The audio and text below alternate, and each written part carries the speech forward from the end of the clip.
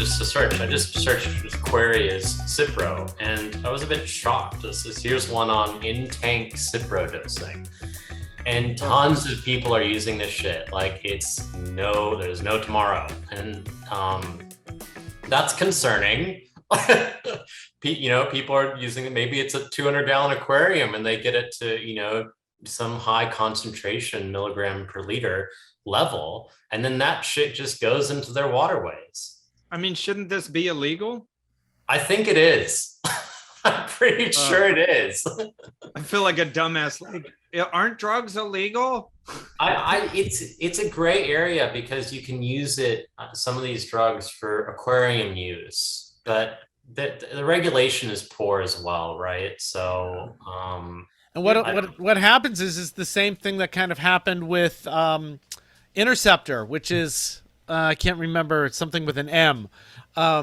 It became harder. They became harder and harder for us to get it, and you had to go through vets and stuff. So, this right there, it says most pink eye meds are over the counter at every drugstore, and you can buy it. And it's like, man, that always makes me really, really nervous. Will Cipro kill copepods? Oh my God! I don't.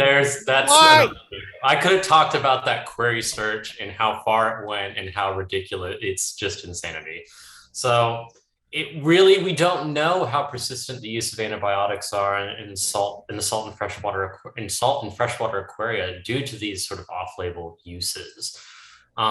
It's probably much less significant than agricultural use, but we should still pay attention to these resistance trends. And so this was a study that actually was able to isolate antibiotic resistant bacteria from imported ornamental fish. Holy shit. They already have them. So now you bring them in your system and you apply this antibiotic, and that little blue pie of resistant bacteria suddenly gets larger. Wow, 77% are resistant to tetracycline. It's days. So that study had some limitations to it. So I would say that was from their small sample. They were, I believe, picking colonies of bacteria, which eliminates a lot, right? We know we can't culture everything. So there's a bit of play, but the fact that they found some should already be like, hey, we need to pay attention to this. Whether the study was done well, it could have been done better, but it's an insight. And I'll take an insight over a perfectly designed study any day. But really, I think we have a duty of care to care about this and be aware of it. And a tank shouldn't be an experiment where you're throwing antibiotics at tiny things, right? If you got 2 corals out of your 100 coral system that are melting away, I'm sorry, but probably a stupid idea to throw in an antibiotic to solve it. It's just not. It's if everyone starts doing that, well, goodbye Cipro for treating real clinical issues.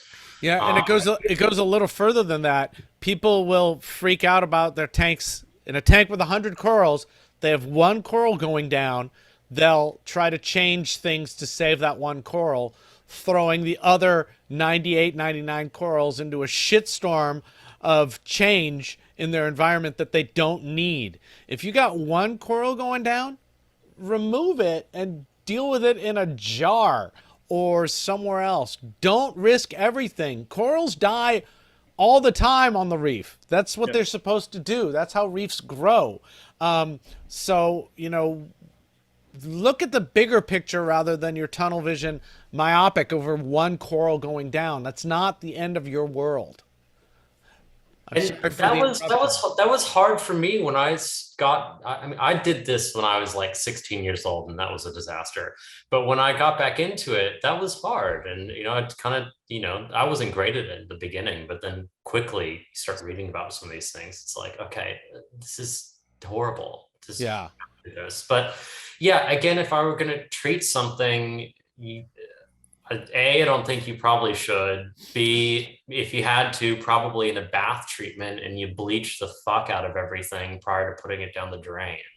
But the problem still is that piece of coral or anemone that you have now has been, artificially selected to have potentially more antibiotic resistant bacteria that will go into the system. So, and that's why you're bleaching it, to get rid of any bacteria that think like, oh, I made it, I'm gonna go down the sewer, and the bleach just says nope.